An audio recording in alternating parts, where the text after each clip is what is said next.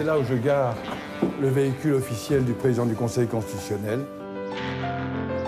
Comme il n'y a pas de voiture officielle sans cocarde, j'ai un porte-clés. Voilà, j'ai un porte-clés avec une cocarde. Jean-Louis Debré appartient à l'une des grandes familles françaises qui ont marqué l'histoire. Fils de Michel Debré, l'architecte et rédacteur de la Constitution de la Ve République du général de Gaulle, Jean-Louis Debré fut nommé en 2007 par Jacques Chirac 10e président du Conseil constitutionnel.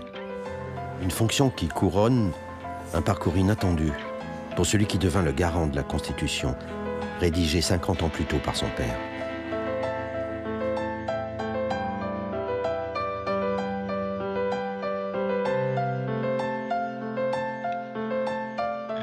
Michel Debré parlait de lui avec une certaine tendresse en disant comme un adolescent qui mûrissait lentement. Même quand il avait 30 ans. Hein. Et Roméo, il faudrait que vous donniez des leçons un peu. Je me suis toujours vu artiste. J'aime beaucoup peindre, j'aime bien dessiner, j'ai toujours aimé lire, écrire. Je ne voyais n'exister que par le côté artiste.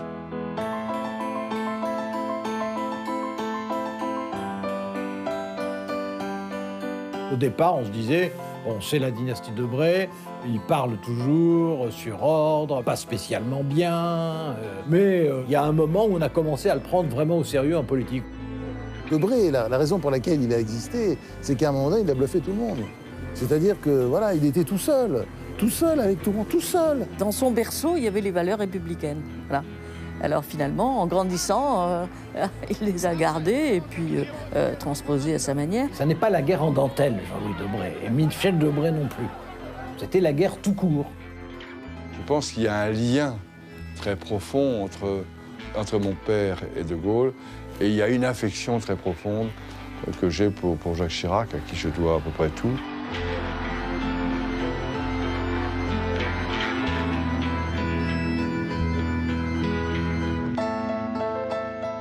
On soit l'enfant admiratif de l'œuvre de son père ou de sa mère et qu'on essaye d'y ressembler ensuite par ses mérites est une bonne chose et non une mauvaise.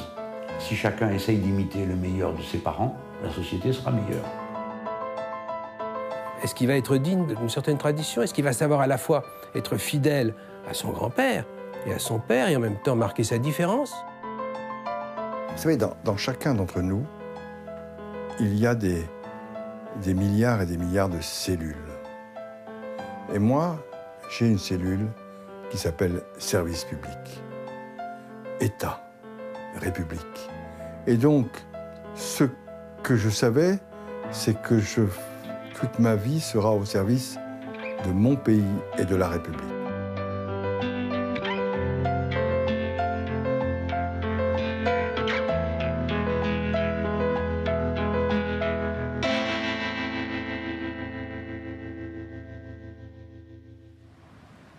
Chaque détour des jardins du Palais Royal, véritable berceau de la Révolution française, ramène Jean-Louis Debré à l'histoire de la République. C'est en pleine conscience qu'il emprunte ces mêmes allées foulées par les plus grands, ceux qui ont façonné l'histoire. Elles le conduisent chaque jour du Conseil constitutionnel à son domicile. Voilà, j'ai la garde républicaine qui rend les honneurs. On s'en lasse jamais. Voilà, venez.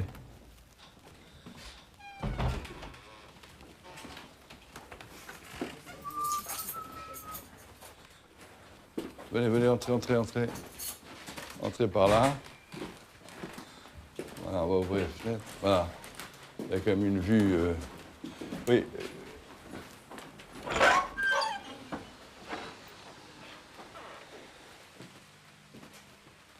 Je mets droit. Vous avez assez de lumière? Si on vient de ce côté, vous avez naturellement une petite photo auquel je tiens particulièrement, puisque c'est la première rencontre de mon père avec le général de Gaulle. Nous sommes exactement, je vais vous le dire, Le 20, je vais vous le dire dans une seconde, si je retrouve mes anti-sèches. Où est-ce que j'ai foutu? Le mardi 22 août 1944, et il est aux environs de 15 heures. C'est la première rencontre de mon père avec le général de Gaulle, et qui ne va plus le quitter. Ah, merde. C'est l'heure où tous mes enfants appellent.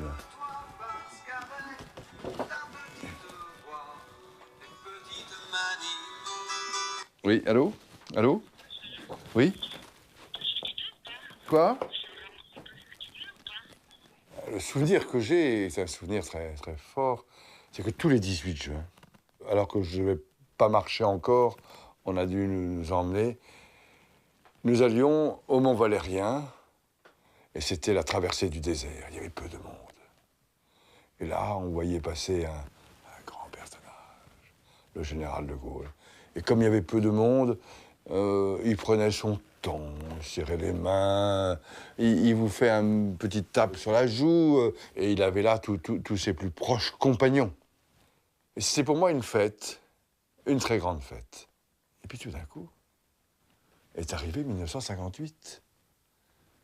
Et ce 18 juin n'a plus été mon 18 juin. J'ai découvert ce que c'était que les courtisans.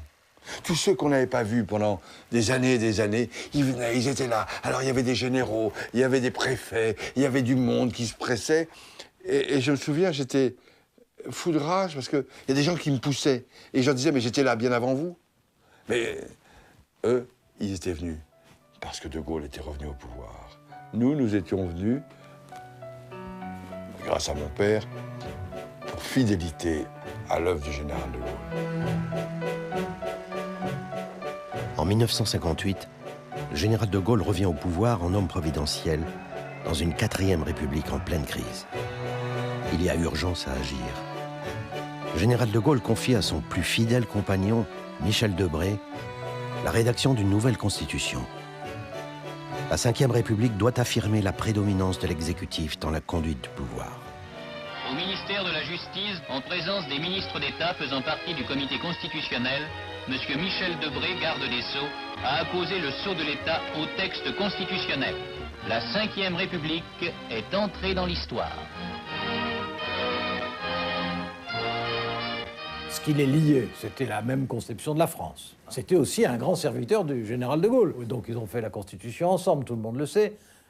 Disons que la technique était de Debré et que l'inspiration était du général de Gaulle. Mais enfin, ils sont les deux co-auteurs de la 5e République. Cette petite cohorte tranche le nœud gordien. Toc, on va à la question centrale, celle de toute société, c'est qui commande. Voilà. Et il tranche, c'est le président de la République. C'est un petit groupe de personnes qui écrit une constitution et la question c'est vous êtes d'accord ou pas. Point. Et alors les gens, oui on est d'accord. Pourvu que toute cette pagaille s'arrête, on est d'accord. Michel Debré devient alors le Premier ministre de la toute jeune 5e République. Fils du professeur Robert Debré, l'un des fondateurs de la pédiatrie moderne, cet énarque fait ses armes dans la résistance. Il prendra très tôt fait et cause pour le gaullisme. Michel Debré, il était né pour être un homme public et en même temps avec une stature intellectuelle qui était incontestable et un caractère, il faut bien le dire quand même, parce qu'il avait une énergie prodigieuse, il était un travailleur infatigable. Enfin, il était assommant à vivre pour les membres des gouvernements auxquels il participait. Mon père était une personnalité complexe, extrêmement complexe. Et souvent, j'ai le sentiment que, en le regardant, en l'observant, en l'écoutant, je savais ce qu'il pensait. Et je savais, alors qu'il ne s'est pas, parfois il ne s'était pas exprimé, je rentrais à l'intérieur de lui-même. Il y a une partie en nous qui est prédéterminée. Eh bien moi, je crois que, conscient de ce qu'avait d'extraordinaire cette famille, j'ai voulu approfondir ma communion, c'est-à-dire de me trouver dans le sillon. Alors, j'ai pas l'autorité, l'intelligence, la qualité de mon grand-père et de mon père, mais à mon niveau, j'ai essayé de ne pas sortir de ce sillon. Jean-Louis Debré revient avec sa compagne à Wensthofen, le petit village alsacien, berceau de la famille Debré. En son temps, ce village fut un refuge pour la communauté juive, chassée des grandes villes, comme le fut la famille Debré, et devint un exemple de laïcité. C'est ici qu'au XIXe siècle, un Debré s'engagea pour la première fois en politique en devenant conseiller municipal. Juste un tout petit souvenir d'enfance. Il y a quelques années, un jour, mon père m'a fait venir, il allait bientôt partir, et il m'a dit, voilà, il y a une chose que je voudrais que tu saches. C'est quand le maire de Wensthofen demande quelque chose, tu lui obtiens. Et quand le maire de Wensthofen te dit de venir à Wensthofen, tu ne discutes pas. Dites-moi un peu la politique, puisque ce qui me fait mal au cœur, c'est du MP, là, c'est le centre des Gilets. Hein, c'est affreux, on ne sait pas quoi dire à nos gens. Ça me fait mal au cœur. J'ai bloqué là. Ah, je ne veux pas parler politique. Oui, parler politique.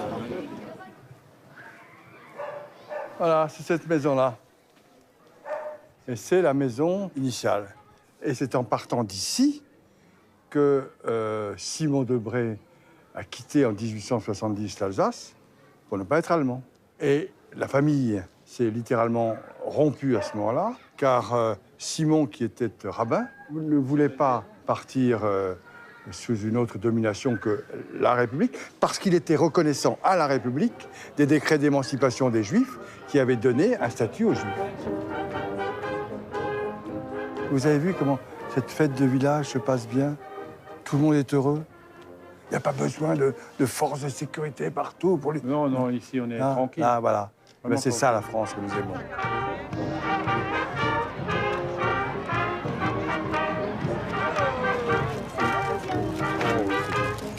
Vous avez fait combien de temps? Souriez. Vous mangez des cerises. Moi, j'ai connu une époque où on disait qu'il fallait manger des pommes. Maintenant, c'est des cerises. Manger des pommes. Je cherche désespérément un endroit où je pourrais accrocher ma veste. Voilà. Et ça me fait marrer.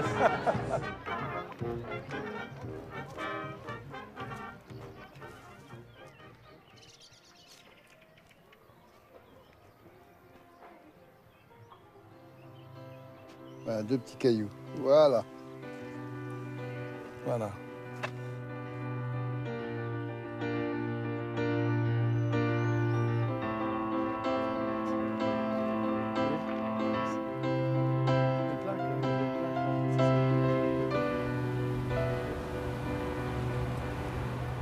Je n'aimais à l'école que le cours de français et le cours d'histoire. Le reste ne m'intéressait pas.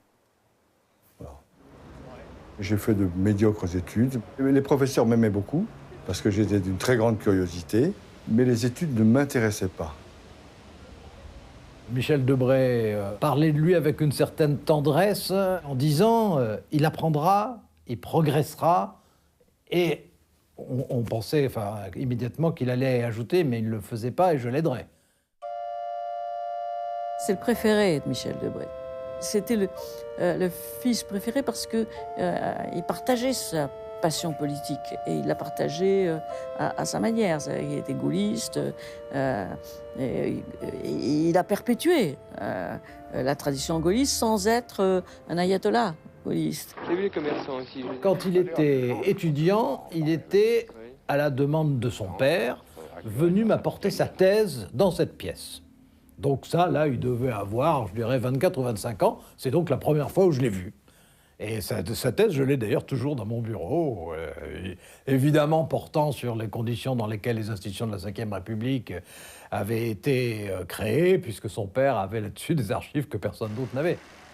À l'époque, on disait aussi qu'au fond, Jean-Louis, c'était une sorte d'épigoune qui avait fait sa thèse sur les idées constitutionnelles du général de Gaulle, vraiment dans une ligne, je ne dirais pas frileuse, mais vraiment tellement fidèle que cela pouvait apparaître comme manquant de quelques capacités d'expression dans une différence. Jean-Louis Debré considérait quand même son père Bon, il y avait Dieu qui était le général de Gaulle, mais son père était au moins le Christ.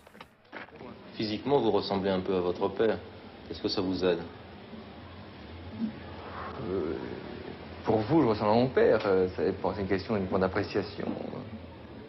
Je voulais faire de la politique, je voulais m'engager. Ce qui a véritablement déclenché, c'est une rencontre. C'est une rencontre avec un homme qui était grand, qui fumait des Pall Mall, et que j'ai rencontré un jour, par hasard, c'était en 1967. Le général de Gaulle était allé au Québec et avait prononcé son « Vive le Québec libre », tollé général. Et le voyage présidentiel est interrompu. Ce soir-là, je suis avec mon père. Je dîne avec lui.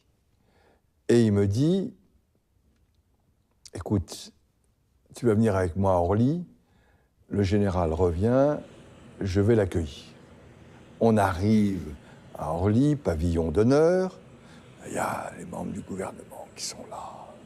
Puis au bout, il y a un grand mec qui a l'air de s'ennuyer autant que moi. Et je dis à mon père, mais c'est qui? Il me dit, c'est Chirac.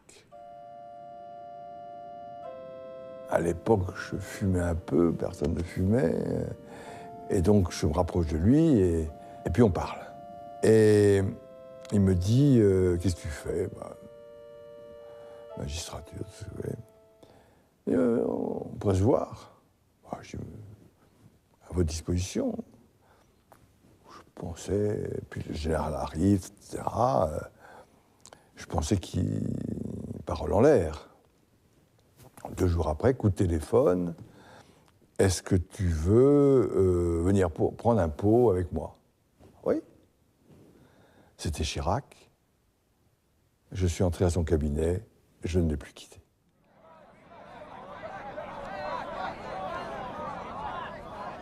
Chirac, quand il commence en politique, il achète des noms. Et au fond, ça a marché tout de suite. Ça n'a pas marché avec Jean de Gaulle, on voit très bien, à un moment, c'était terminé, commencé, enfin, nulle part. Mais en revanche, là, c'est vrai qu'il a adopté Jean-Louis, qui est devenu son fils, et à ce moment-là, voilà, c'est une longue histoire qui a commencé. Dans les années 1970, alors que Jean-Louis Debré poursuit ses études à l'École nationale de la magistrature, Jacques Chirac le propulse conseiller dans différents ministères avant qu'il devienne le chef de cabinet de Maurice Papon. En 1986, il est parachuté dans l'Eure, où il remportera son premier mandat de député. Directement par les intéressés, et c'est comme ça que l'on peut répondre.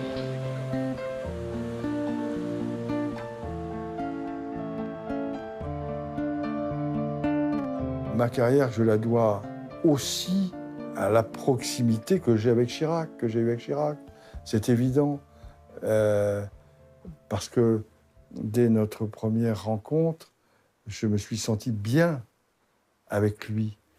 Je ne l'ai jamais laissé tomber, même si c'était plus facile de faire comme les autres et de trahir, non. Charles Pasqua officialise une rupture consommée depuis de longs mois. Cette décision reste un choc pour le maire de Paris. Je soutiens inlassablement celui que je crois sera l'homme de la relève, l'homme de l'ambition nouvelle. Et mon candidat, vous l'avez noté, c'est Jacques Chirac. Il faut bien voir la situation en 1994. Jacques Chirac voit tous les gens qu'il a fait, qu'il a fabriqué, qu'il a inventé, qu'il a promu, Balladur, Sarkozy, enfin tout le monde. Tout le monde trahit. Il y en a un seul, mais qui se bat comme un chien, comme un lion. C'est incroyable, il ne lâche rien. C'est Jean-Louis Debré. Et à ce moment-là, c'est vrai que j'ai regardé très différemment. J'ai commencé à le revoir. Je l'avais vu au début de sa carrière, mais je le connaissais même quand il était juge. Et là, je vois quelqu'un de, d'une loyauté qui est absolument impossible en politique, qu'on ne voit jamais. Pourquoi? Moi, je crois qu'il y a des rapports filiaux avec Chirac. C'est-à-dire, c'est un peu le fils que Chirac aurait aimé avoir. Je dirais qu'il s'est imposé, alors c'était d'une certaine manière aussi le cas de son père, il s'est imposé dans les tourmentes. Son père s'est imposé dans la guerre, donc dans les conditions les pires, et lui s'est imposé essentiellement quand tout commençait à aller mal ou à être controversé ou dangereux ou périlleux ou incertain en tout cas pour Jacques Chirac. Il y a d'abord ceux qui ne conçoivent la politique que comme étant l'art de la trahison, du renoncement, des combinaisons partisanes et des alliances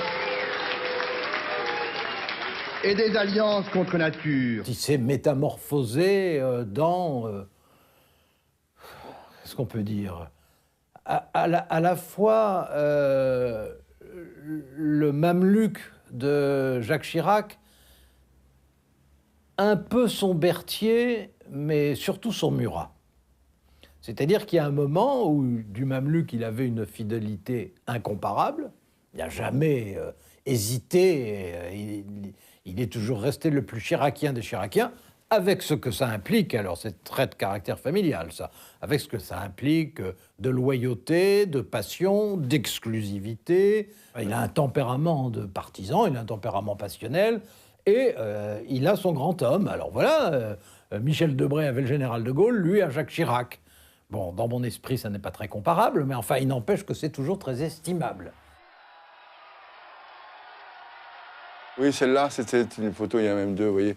Il venait d'apprendre son élection à la présidence de la République. Et, eh bien, on était tous à côté de lui. Et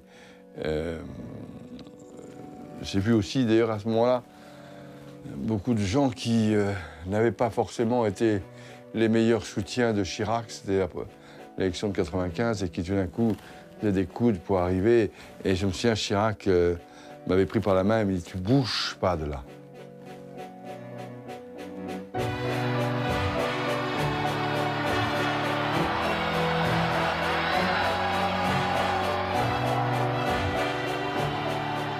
Vous savez, quand je suis devenu ministre de l'Intérieur, quelques jours avant que ça se sache, Chirac l'avait dit à mon père, était allé le voir, et mon père m'a fait venir. Il était déjà très malade. Et il m'a dit, tu vas te souvenir d'une chose, la plus essentielle. On est plus longtemps ancien ministre que ministre. Et ça a toujours été dans ma tête. Jean-Louis Debré voit sa fidélité à Jacques Chirac récompensée par le ministère de l'Intérieur. Il y remplace Charles Pasqua, qui paye ses affrontements passés avec le chef de l'État et surtout son engagement en faveur d'Édouard Balladur. Lorsque Jacques Chirac l'a nommé au ministère de l'Intérieur, c'était bien parce que c'était un des plus proches de lui qu'il le nommait au ministère de l'Intérieur. C'est classique. On nomme toujours au ministère de l'Intérieur des gens proches qui peuvent... proches et à qui on fait confiance pour éviter le maximum d'ennuis. Sur son bureau, 4 dossiers brûlent les doigts du chef de l'État. 4 dossiers judiciaires en cours d'instruction, dégoupillés donc comme des grenades qui menacent de lui exploser au visage.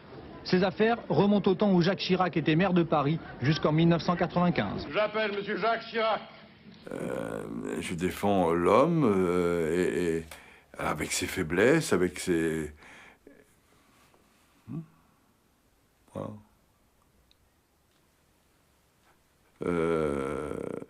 Le mot merci, pour moi, veut dire quelque chose. C'est pas du merci de l'instantané. Merci, merci, ça se prolonge. Et ça se prolonge à un moment et à un moment qui dure. Et la reconnaissance, c'est le merci dans le temps. Jean-Louis Debré, dans ce rôle, qui est quand même toujours un rôle difficile, d'être l'inconditionnel de quelqu'un, ça lui a fait prendre des positions qui étaient parfaitement critiquables assez souvent, hein, dans le combat vis-à-vis des autres et dans l'exercice des responsabilités. Bon, et donc, effectivement, pour lui, toucher à Jacques Chirac de près ou de loin, ça revenait à peu près à renverser des icônes. Au fond, les Debré ne se donnent pas à moitié. Quand ils se donnent complètement. Alors, ça les rend fatigants, ça les rend quelquefois agressifs, ça les rend très souvent injustes pour tous ceux qui sont contre leurs idoles, mais ils se choisissent des dieux, ils les gardent.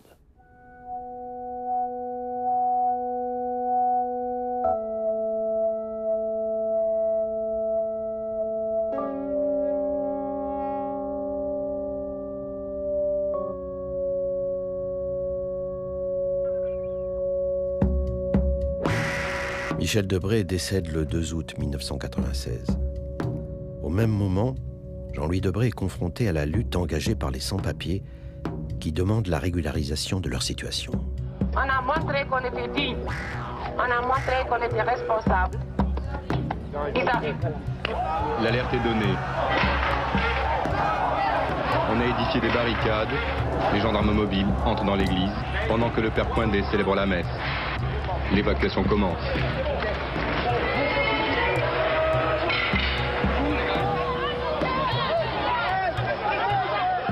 Oui, mon image, avec la lutte contre l'immigration illégale, a été totalement abîmée.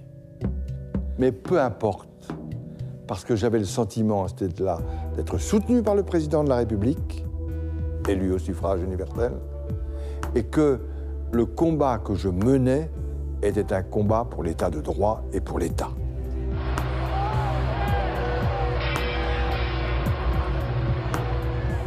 À partir du moment où il fait des choix, il en prend les moyens, même si les moyens sont contestables. Et son père était comme ça. À l'époque de la guerre d'Algérie, son père, d'une façon puis d'une autre, mais ne faisait pas les choses à moitié. Son fils, c'est la même chose. Quand il s'agit de servir Chirac, on sert Chirac. Et si on le sert, si on faut faire régner l'ordre, on le fait régner. Je veux dire, il se donne tellement qu'il se donne sans frein. D'une certaine manière, d'ailleurs, dans cette famille, on a des accélérateurs formidables et un certain manque de frein. Depuis 2 ans, nous avons renvoyé hors de France 27 000 personnes et nous en avons empêché de rentrer près de 40 000. Et il faut faire ça pendant au moins 5 ans encore pour arriver à peu près de stabilité. C'est pas un enfant de cœur. Les Debré ne sont pas des enfants de cœur. Les Debré sont des combattants. Et si je disais Murat, c'est parce que il y va, il aime bien que ça soit théâtral, hein, donc voilà, comme Murat, je le vois très bien en uniforme blanc, et il donne des coups de sabre, et tous les coups de sabre ne sont pas élégamment portés. Je revendique le titre de combattant de la République. Oui, j'aime la République, oui, je veux que mon pays reste une République exemplaire, oui, je suis pour la défense de la laïcité. Oui, je suis pour la défense de l'égalité. Je crois profondément à la République. Et donc, oui, je revendique le titre de combattant de la République. Non, mais tranquille. J'aime pas les gens qui ne la pas gagner. Ça va, Martin? La loi sur la nationalité, c'est tout. Ah oui, mais ça, quand en France, il faut se tenir tranquille. Ah, mais c'est démocrate, la France. C'est une démocratie, justement. La démocratie repose sur le respect de la loi. On la respecte. Ben, c'est parfait. Si tu respectes le problème. J'avais le sentiment d'être soutenu par le président de la République, et je l'étais jusqu'au bout. Et j'avais surtout, encore plus fort, mon père est mort très rapidement, et c'était une interrogation que je me posais très souvent. Ce que je faisais, je ne peux pas faire parler les morts, mais j'avais le sentiment que c'était ce qu'il voulait que je fasse pour sauver l'État. Ça correspondait à ce qu'il m'avait appris. Le passage de M. Debré comme ministre de l'Intérieur, je pense qu'il a essayé d'être à la hauteur de la réputation familiale, hein, la main de fer.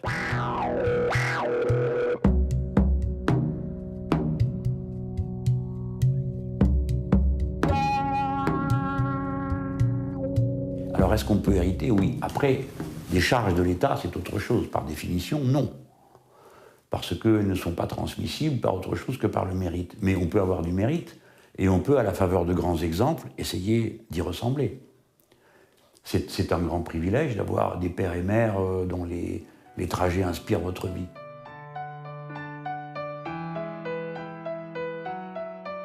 J'ai un regret.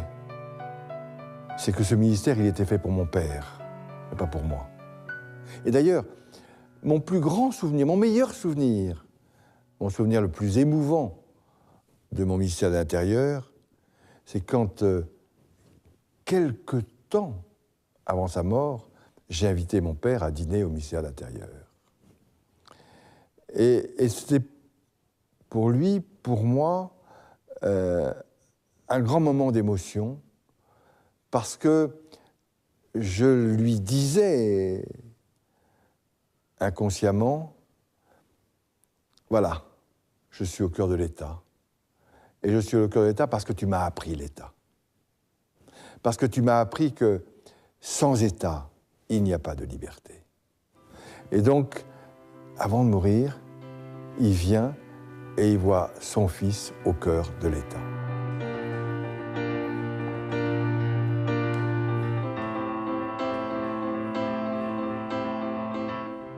Aujourd'hui, ça paraît bizarre, hein.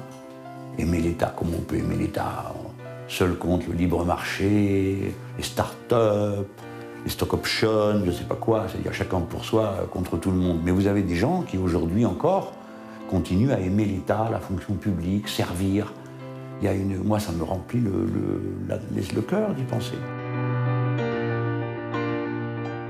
Et j'ai suivi avec beaucoup d'intérêt, bien sûr, à cause des traditions familiales et puis comme citoyen, le parcours de Jean-Louis Debré. Je me suis dit, pour être franc, que s'il avait quitté la vie politique après avoir été ministre de l'Intérieur, sa trace aurait été limitée, je ne dirais pas médiocre, ce serait désobligeant. En revanche, j'ai observé avec beaucoup d'intérêt à partir du moment où il est monté au perchoir, comme on dit, où il est devenu président de l'Assemblée nationale. Parce que là, j'ai trouvé qu'on voyait, à distance, je n'étais pas au Parlement, mais j'ai trouvé qu'on voyait ressurgir le meilleur d'une tradition républicaine. Je gouverne la France parce que je suis l'héritier d'une famille, ou je gouverne la France parce que je suis élu par le peuple. Depuis Louis XI, tous les rois en France sont les représentants de Dieu, mais ils sont rois de France. Tu ne seras plus roi de France, tu seras roi des Français. C'est une petite musique qui commence à apparaître.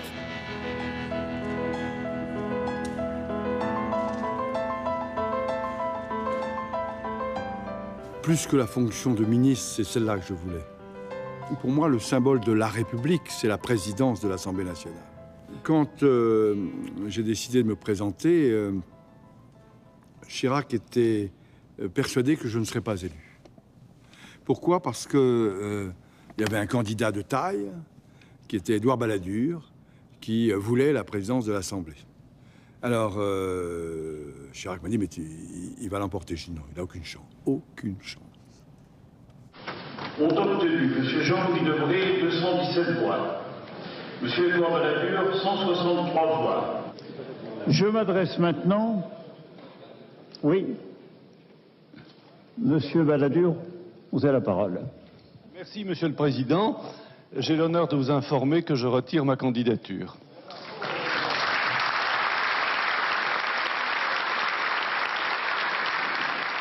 Et là, il a été écrasé par moi. Si vous voulez, on ne peut pas être élu président de l'Assemblée si on n'aime pas cette maison. Et les parlementaires de droite et de gauche savaient que j'avais un amour. Et cet amour, c'était la République et ce temple de la République.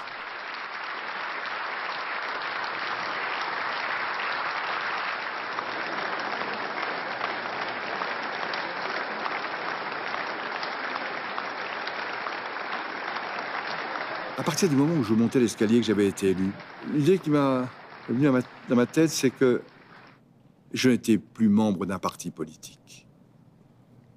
J'étais le président de toute l'Assemblée. Il ne s'agit pas seulement, mes chers collègues, de respecter les droits de l'opposition. Il s'agit aussi d'écouter sa voix. Pendant tout le temps qu'a duré son mandat de président, il n'a pas voté. Il n'a pas voulu voter justement parce qu'il voulait montrer que, étant au-dessus des partis, se sentant au-dessus des partis, dans cette mission-là, il n'avait pas, à un moment donné, à basculer du côté de la majorité sur un vote, même sur un vote important. Quand il dirigeait les débats, enfin, il taclait tout le monde, les ministres, les députés. Et il les taclait parce que, voilà, il était équilibré. Équilibré, c'est-à-dire un type qui dépassait les bornes, qu'il soit Premier ministre, député, qu'il soit socialiste, UMP, tout ce que vous voulez, eh ben, il se faisait tacler. Taisez-vous, asseyez-vous, asseyez-vous. Après. La séance est suspendue, elle reprendra tout à l'heure. Et surtout cette amabilité avec l'opposition qui a le don d'exaspérer son propre camp. Monsieur Gramès, ne vous laissez pas interrompre. Non, je ne me laisse pas interrompre, monsieur. Il n'y a que moi qui peux vous interrompre. Tout à fait, monsieur le président. J'ai dit que ça allait bien quand c'était vous. Voilà, lui, il était vraiment président de l'Assemblée nationale. Il s'est dit, bon, tout passe, tout lasse, mais pas l'Assemblée nationale, parce que c'est la chose la plus importante, et il a raison, du cœur républicain. C'est là que ça se passe. Si la République, à un moment donné, a un visage, c'est celui des millions de Français, mais c'est cet endroit-là, avec ses faiblesses, ses bassesses, et puis sa noblesse aussi, sa grandeur. Donc je pense que ça a dû tellement lui plaire d'être là. Vous avez remarqué que les présidents de l'Assemblée nationale sont souvent illuminés par leur fonction, et c'est un lieu de transfiguration. Écoutez les discours de Raymond Forny, devenant président de l'Assemblée nationale, ou de Claude Bartolone. Peut-être qu'un jour, vous m'entendrez, moi.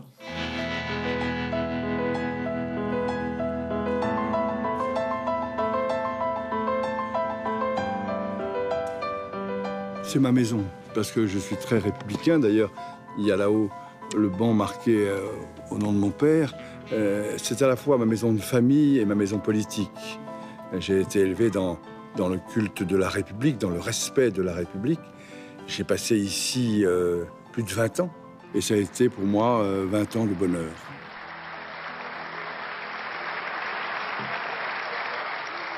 Quand il quitte la présidence de l'Assemblée nationale, il a le droit au Palais Bourbon à une standing ovation avec les socialistes, l'UMP, les communistes, tout le monde l'applaudit, ça n'arrive jamais. Je crois que c'est jamais arrivé dans l'histoire de la République. Permettez-moi très simplement de vous remercier et vous dire très simplement aussi que cela restera l'honneur de ma vie d'avoir présidé l'Assemblée nationale. Je vous remercie. Voilà. C'est pas les applaudissements qui m'ont fait chaud au cœur, c'est que de la droite à la gauche, tout le monde se soit levé. Et là aussi, j'ai pensé encore à mon père, parce que j'ai voulu exercer la fonction de président de l'Assemblée nationale comme il m'avait enseigné la fonction de la République.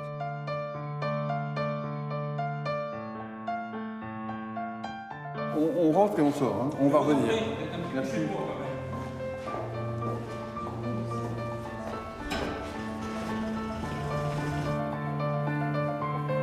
Alors.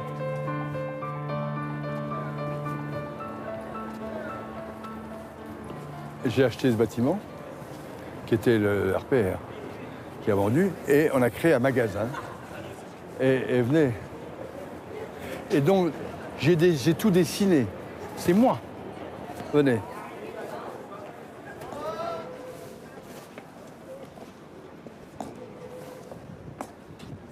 Ah, ça marche l'affaire? Oui. Voilà, un peu calme, c'est dont je suis le plus fier. C'est la création de ce magasin qui donne une belle image de l'Assemblée, avec des gadgets que j'avais dessinés. Alors ça avait eu un très gros succès. Le premier, c'était les chaussettes. Les chaussettes pour droite, elles sont là. Voilà. Gauche et droite, vous voyez, et gauche.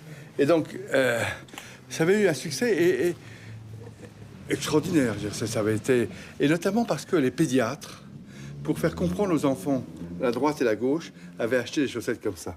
Ça avait été Alors vous avez plus les petites chaises avec... Non, c'est fini. Ah ben ça, ils ont bien tort. Ils ont tort. J'avais fait un saladier avec marqué salade politique. Salade électorale. J'avais fait un peignoir de bain ou une serviette de bain. En politique, on se mouille. Oui. On se mouille. La politique fait des vagues. La politique fait des vagues, oui, c'est ça. Et ça avait été fantastique. Vous n'avez plus mes livres, là? Ah, si. Ah, ben, j'en ai vendu un, là. Aujourd'hui, d'ailleurs. Ah bon? Non, je ne vois plus. Ah là, les balais de là, voilà. Oui. Ça marche bien? Oui, j'en ai vendu un ce matin. Ouais. Française. Vous pouvez y aller, tout est bien ici. Tout est beau. En février 2007, Nicolas Sarkozy est promis à droite à la présidence de la République. Jean-Louis Debré quitte alors la présidence de l'Assemblée nationale, fraîchement nommé par Jacques Chirac, encore chef de l'État, au poste de président du Conseil constitutionnel. Une autre institution devrait rester fortement ancrée à droite, le Conseil constitutionnel. Sans surprise, Jacques Chirac devrait nommer fin février à la place de Pierre Mazeaud un autre de ses fidèles lieutenants, Jean-Louis Debré. Car c'est le chef de l'État qui décide, un pouvoir hérité de la Constitution de 1875, appliqué par tous ses prédécesseurs. C'est le plus ancien, dans le grade le plus élevé. Oui, plus ancien de la maison. C'est lui qui veille sur tout le monde, avec une main de fer. Et puis, comme c'est plus facile d'avoir les mêmes prénoms, on a Michel là et Michel là. Ici, c'est le point névralgique de la maison. Elle voit tout, elle sait tout, elle ne dit rien. Voilà. C'est ça, hein? C'est ça. Elle ne dit rien.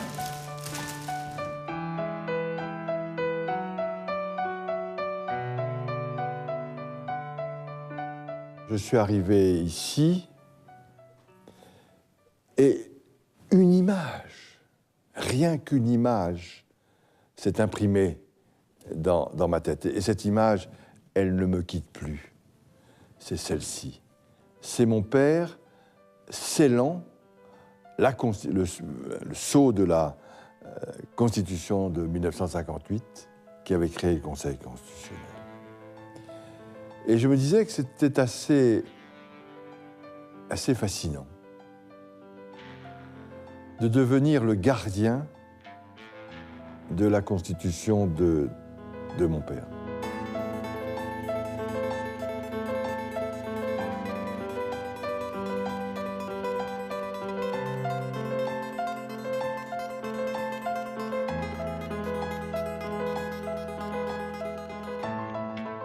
Il y a eu des modifications constitutionnelles, le rôle du Conseil constitutionnel est largement accru, et donc Jean-Louis Debré est un président qui est un président influent.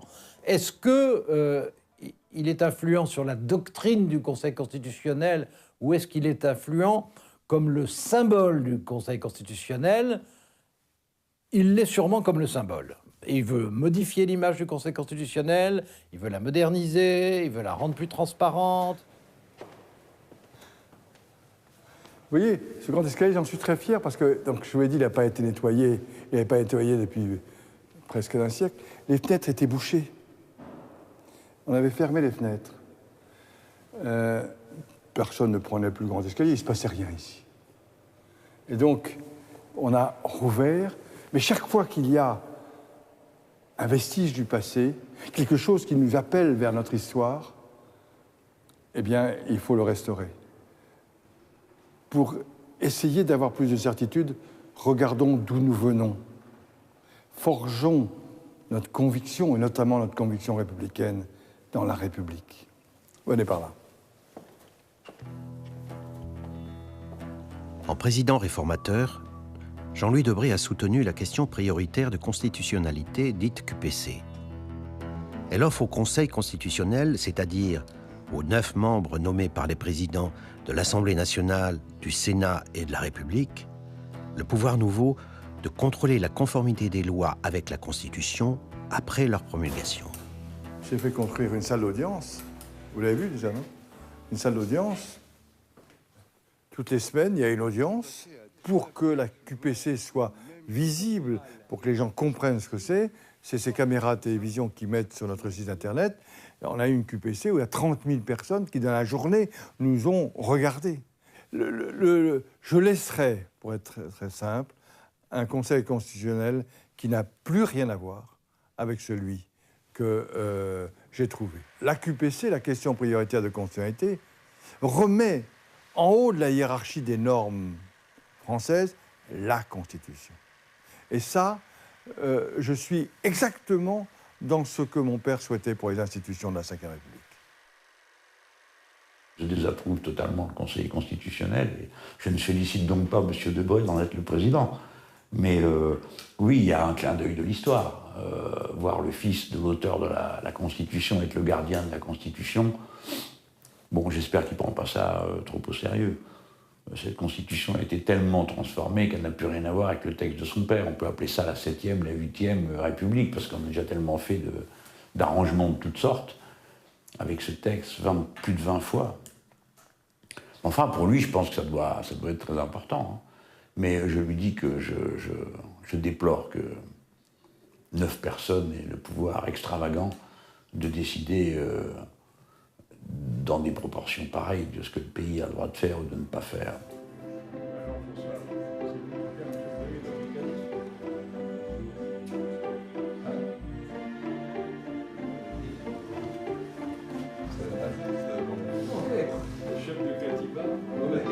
Je n'ai jamais osé parler au nom de mon père, mais je pense que le poste tel que je l'ai façonné lui conviendrait. Et j'ai des rêves qu'après mon départ, ça soit lui qui me succède.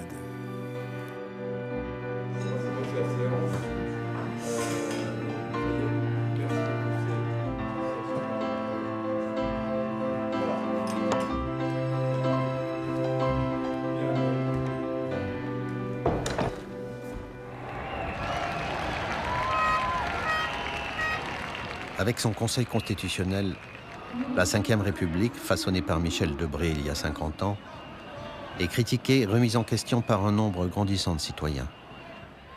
Une nouvelle constitution est appelée des vœux d'une partie de la gauche française pour fonder une nouvelle République. Je crois que là, il y a un mouvement de fond qui débouchera inéluctablement sur cette espèce de révolution douce que nous appelons de nos vœux. On ne peut pas fonctionner avec la concentration sur la tête d'un seul homme des décisions sans que celui-ci n'en rende jamais le compte. Ça n'est pas possible. Donc la Constitution de 58, ce qu'elle a d'incroyable, non, c'est quand même 5 personnes dans un bureau qui disent on va écrire ça, on va faire ça, on va faire ça, on va faire ça, pour assurer quoi? Le pouvoir d'un type qui va trancher tous les problèmes. Donc cette 5e République est marquée, mais étudions comment elle est née pour comprendre que nous sommes dans des conditions comparables. Nous aussi, nous devons tourner la page d'une époque. Et faire une constitution, c'est se refonder en tant que peuple. C'est un peuple qui a intégré une quantité considérable de gens qui sont partis des campagnes vers les villes. C'est un peuple qui a assimilé 2 ou 3 générations d'immigration, à commencer par le retour des pieds noirs. Donc c'est un peuple nouveau qui est là, plus les autres générations qui sont arrivées après. Et bon, il faut que ces générations qui se sont appropriées la France, tout doucement, tranquillement, gentiment, sans rien demander, se l'approprient maintenant comme chair et sang en la définissant. Définissant la patrie et définissant qui ils sont eux-mêmes. Le peuple se définit. C'est l'heure du peuple, du grand nombre, il faut lui faire confiance. Voilà, il faut lui faire confiance, il faut se faire confiance à nous-mêmes, et à nos gosses aussi, qui sont drôlement malins. Certains avaient indiqué en 1958 qu'elle ne durerait pas au-delà de Gaulle. Ça fait plus de 50 ans qu'elle est maintenant en place. Elle a permis à l'État, à ceux qui incarnaient l'État, de conduire la politique de la France. Alors on peut contester cette politique, mais la France a été dirigée.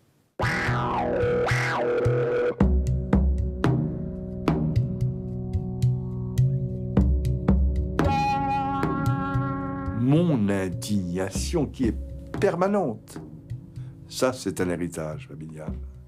Je suis un homme de fureur. D'indignation. M'indigne les calculs des uns, m'indigne ceux qui veulent ou voudraient être proches du pouvoir, quel que soit le pouvoir, qui veulent plaire au pouvoir. M'indigne ceux qui ne veulent pas comprendre que la société évolue, change, se transforme. Et qu'il faut accompagner ces évolutions. M'indigne ceux qui n'arrivent pas à ne pas être des militants d'une cause, quelle qu'elle soit. Les politiques aujourd'hui n'ont plus d'idées. La politique est devenue un métier du spectacle. Les discours politiques, il n'y a plus rien. Et on voudrait que les jeunes est un idéal au service de leur pays. Mais qu'est-ce qu'on leur offre comme spectacle? Des querelles de clan misérable, parce qu'il n'y a plus ce souffle, il n'y a plus cette idéologie, il n'y a plus ce combat pour des valeurs. Je ne fais plus politique et je n'ai plus d'engagement, je ne veux plus en avoir, je regarde ça. Moi, ma famille politique, elle a disparu avec le départ du général de Gaulle, de mon père, de tous ceux qui l'entouraient, et elle a été enterrée avec le départ de Chirac. Donc voilà, c'est plus mon monde.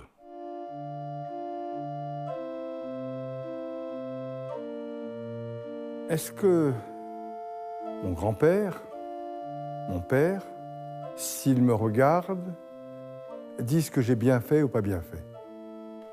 Je rêve d'écrire un livre. J'ai déjà commencé à l'écrire d'ailleurs.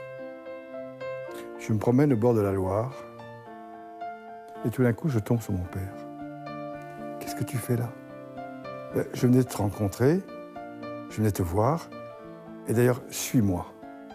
Je le suis, et sur le bord de la Loire, je retrouve assis là mon grand-père, mon arrière-grand-père. Et ils me disent, on va regarder ensemble ce que nous avons fait de la France.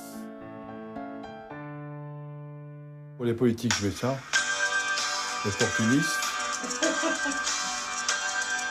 Je suis pour le communisme, je suis pour le socialisme. Pour la gauche, c'est ça.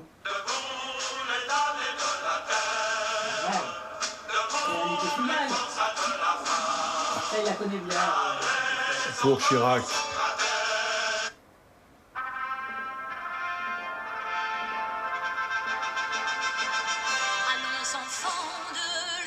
Pour tous mes copains.